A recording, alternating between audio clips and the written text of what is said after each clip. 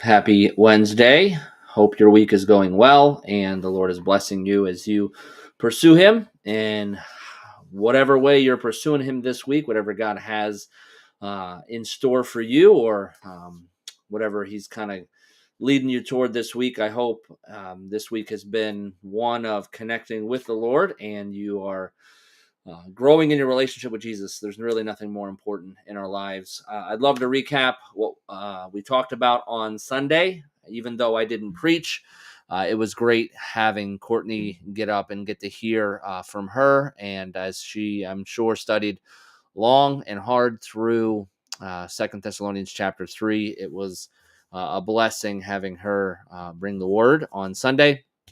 And just recapping a little bit of that, a little bit of chapter 3. One of the things obviously starts off with is Paul soliciting prayer from the second Thessalonians, from the Thessalonian church, and that idea or question that comes from that is, how many people do we have praying for us? How many people do we have in our prayer corner?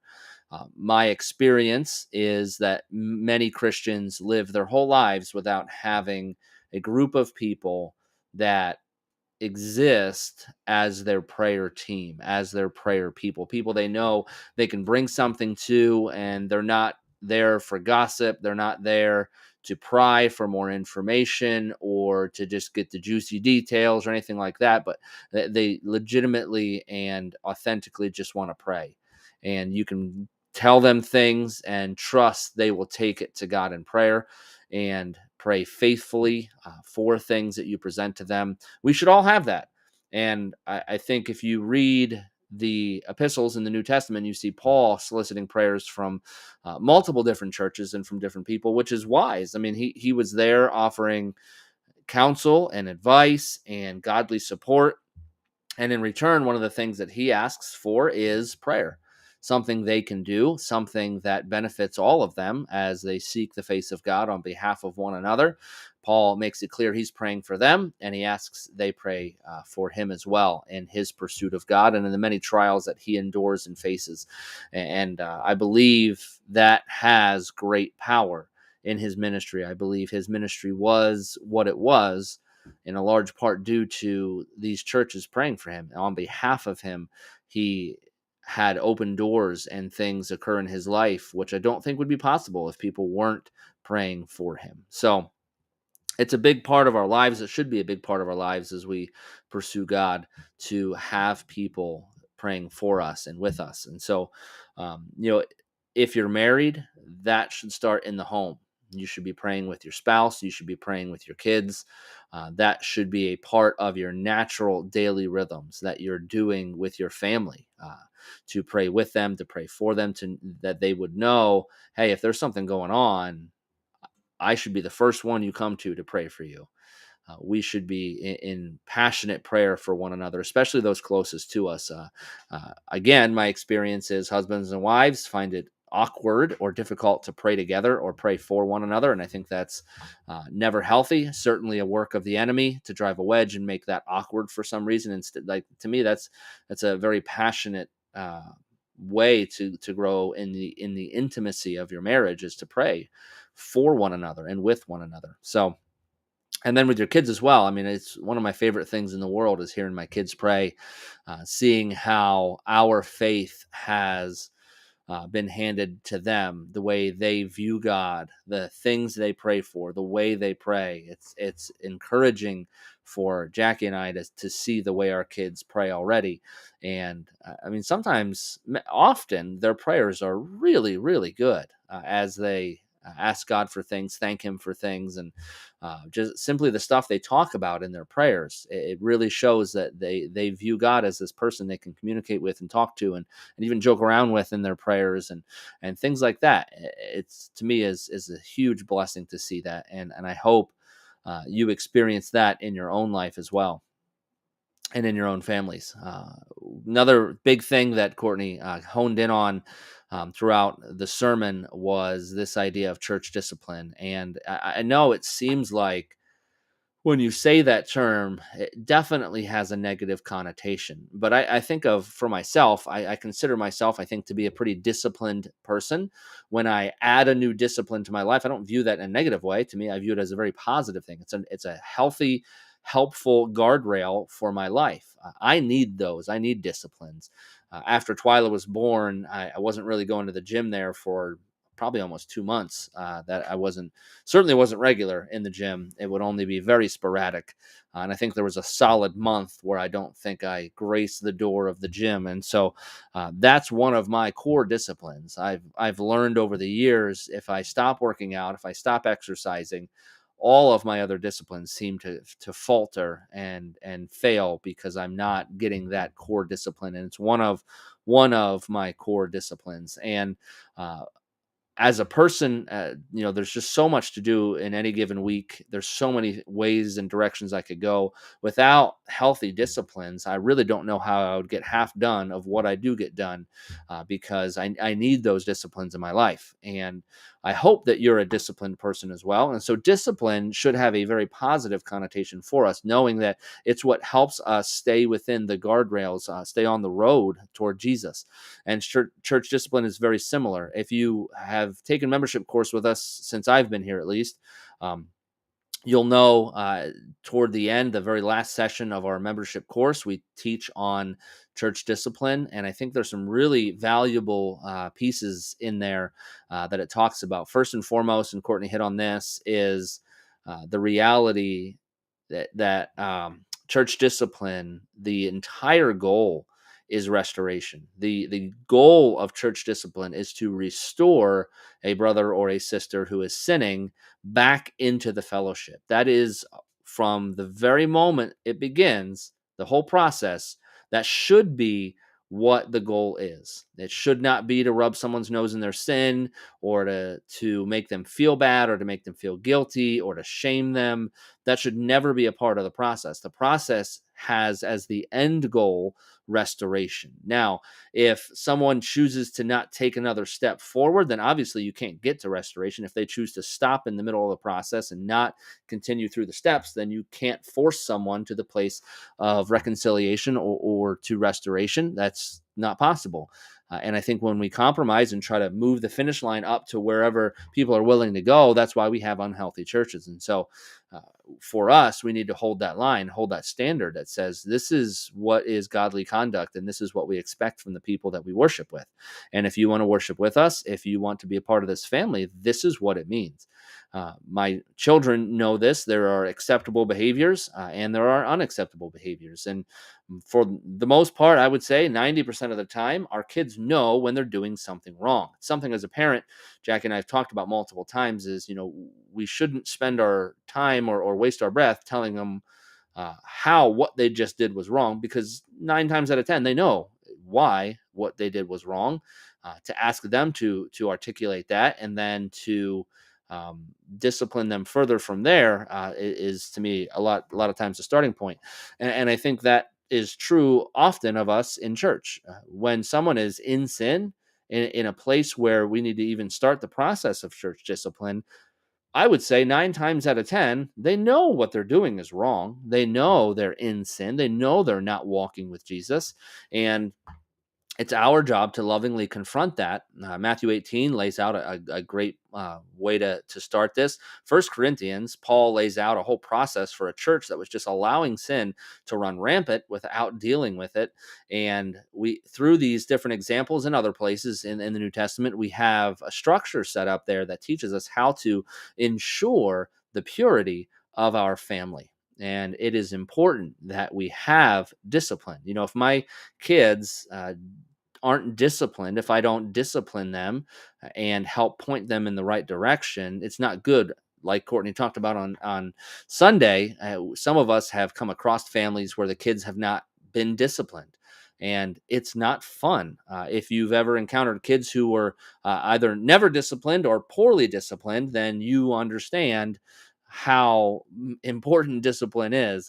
One of the stories I tell often is how I used to work in Target. And I used to work near the toy section was where the cell phone kiosk was, and it was right across from the toy section. And I saw some of the most unhealthy behavior. I saw parents count to 30 times in a row, as if maybe the 27th time the kid's finally going to take them seriously.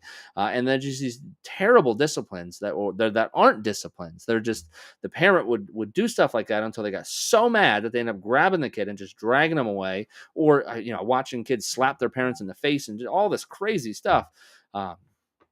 Because the parents didn't want to discipline, didn't make it a regular practice. And if you're a parent, you know the absolute necessity of consistency when it comes to discipline. And the church needs to realize that as well. We need to be consistent. It should not matter how long someone has been in the church. It should not matter what positions they hold. It should not matter what positions their family holds, and none of that should matter when it comes to the purity of the body and holding people accountable to walk in righteousness. That should be our goal, is to help encourage. And often I've seen it happen multiple times where someone knew they were in sin, and it wasn't until they were confronted lovingly by other church people who loved them.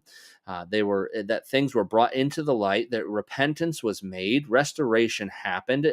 And in my experience, more often than not, the full process of church discipline doesn't need to be enacted. You don't need to go that far. Most people, when confronted lovingly and offered a way back, they want that. They want to be in good fellowship. And there's a peace knowing that you will be held accountable, that you can't just live however you want.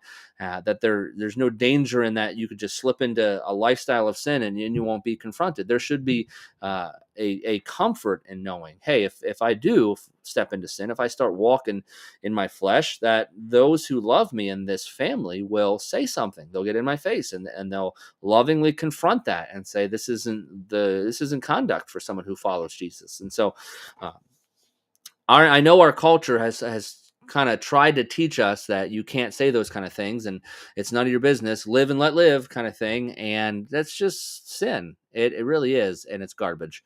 We should engage one another and be willing to be wrong. Maybe it looks like someone's walking in sin and we confront them and we find out we're wrong. Well, guess what? There's a great opportunity to repent and say, hey, I love you and I didn't want to see you walking away, but I'm so sorry. I got things wrong, or my interpretation, the way I viewed it. Repentance is a beautiful thing, whether it's coming from the person that we think we're confronting or ourselves, because maybe we made assumptions that we shouldn't have made. But either way, that relationship can grow through honest, authentic interaction. And so I know we hammered on that a bit on Sunday as well. And, Paul made it clear to them, one of the reasons that he worked as he ministered was as an example. I can't even imagine in that early church time, again, we're talking 20 to 25 years after Jesus ascended from the earth, how churches, believing that Jesus was coming back soon, like that his return was so imminent that we're talking days and weeks, not years, how people would just give up their jobs and sit back and be lazy. And I think we see a ton of that in America today, not in lieu of or looking forward to the return of Jesus, but a whole culture of people who just do not want to work. They don't want to work, and they feel entitled and expect others to pay for them. I hate that. I despise that mentality that others should support us while we do absolutely nothing, and we sit back and expect someone else to foot the bill for our laziness. I do not appreciate that in our culture, especially in America, in the systems that we've created that enable and encourage people to not work and to not be a part, because it is through work, it's through effort, it's through struggle that we grow and we find purpose and we have meaning to our life. Sitting back, not working, not doing anything will just lead you deeper and deeper into a depression. I've never met somebody who decided they were no longer going to work, they were going to live off the system and going to do nothing with their day except be idle, who was full of joy and full of life. It doesn't work that way. It's the people who are engaged in life, who are working, struggling through life in different ways, who are many times doing things they love to do in their work or whatever they find themselves doing. But yeah, sometimes it's hard, sometimes it's painful. Often it's very joyful. Our work should be something we enjoy. If you don't enjoy your work, you probably should need to look for something that you do enjoy. And it should be something that brings, I can't think of the word I'm looking for, kind of blanking, that brings quality to our life. It's not the word I'm losing, but I'm losing, my brain won't bring up the word. So I don't think it's the church's responsibility to cover expenses for people who aren't willing to work and who don't want to put the effort in, who just think everybody else should take care of them and should pay their bills. And, that's not, we have a benevolent fund, but if you don't know our process on a benevolent fund, I would encourage you to become comfortable or familiar with what our benevolent fund process is. It is a bit of a difficult process, and there's a reason for that, because it shouldn't just be, hey, we'll pay your bills because you just didn't want to work hard, or you didn't want to you didn't manage your money well, you weren't a good steward. Sometimes we have to step in a situation like that, but then there's a process, and we can help you understand that if that's something you want to know more about. But that goes through our board of ministries, and there's follow-up with all of that. So but yeah, I don't want to talk too much. I know I've already been talking for 16 minutes here. It's a mini sermon in and of itself, but great job, Courtney. Really enjoyed you bringing the word on Sunday. Really appreciate you and the journey that God has had you on in the lead program and in the church in general. And so it's just been awesome watching God work in your life and your family's lives, to see God coming alive in the different giftings that he's given you. It's been awesome. But calendar wise, I had my calendar up here. Where is it? We do have our Bible studies running, men's and women's Bible studies happening 6:30 p.m. On Wednesday nights. So if you are a man or a woman, you're one of the two. I don't care what anybody else says. There are only two genders. So you're either a man or a woman, and you can attend Bible studies as long as you're an adult. We do have youth stuff starting up if you're of the junior high age, especially. I know we have a group that's going to be beginning here in the junior high age range, but let us know if you're interested in a small group or something like that. If you're in that senior high age range, we have people willing. We just need to find kids who aren't busy 8 nights a week and who would love to be a part of something like that. But as far as calendar stuff is concerned, I see on the 30th, we have the Alliance Women is doing a couples night, and hoping we can get more information out to you about that soon. But I think that's all we have calendar wise, unless I'm missing stuff, which is very possible and likely. But I think that's all I have for you all. I really have enjoyed this series. Kind of sad we're saying goodbye to this series this coming Sunday. We'll be wrapping up our Coming Soon series and then moving on to our next series, which, if you weren't there Sunday, we're going to be starting a series revolving around the book The Cure by John Lynch and others. Bill Thrall and I forget the third name that's on that book cover. But it won't be like we're going to follow it chapter by chapter or anything like that, but the core concepts from that book will be pulling and having a sermon series regarding the material there. So if you were there, you know that. If not, I'd encourage you, buy the book. You can buy it brand new. I've looked into buying bulk orders. It doesn't save us any money. So if you want to buy it brand new, you can just grab it from Amazon or any of the other Christian bookstores online. I don't know about finding it in person anywhere. If you aren't an online shopper and you can't find it locally, let us know and we'll order you one. And you can find a lot of used ones much cheaper, $5 to like $8. I've seen a lot of used copies. So I'm a Kindle reader myself, so I just bought it on Kindle, and it's a phenomenal book. Really helps to understand the grace of God and living in light of that grace instead of this effort-based culture I know I tend toward because of kind of what I even talked about in this video, my passion and love for discipline and things like that. It can sometimes become a life lived to prove something, and we have nothing to prove with God. So that's all I have for you. Hope to see you Sunday, 10:30 a.m. If you can make it in person, that's always preferred. But if you absolutely cannot make it, you can catch us here online. and we will see you Sunday. Have a great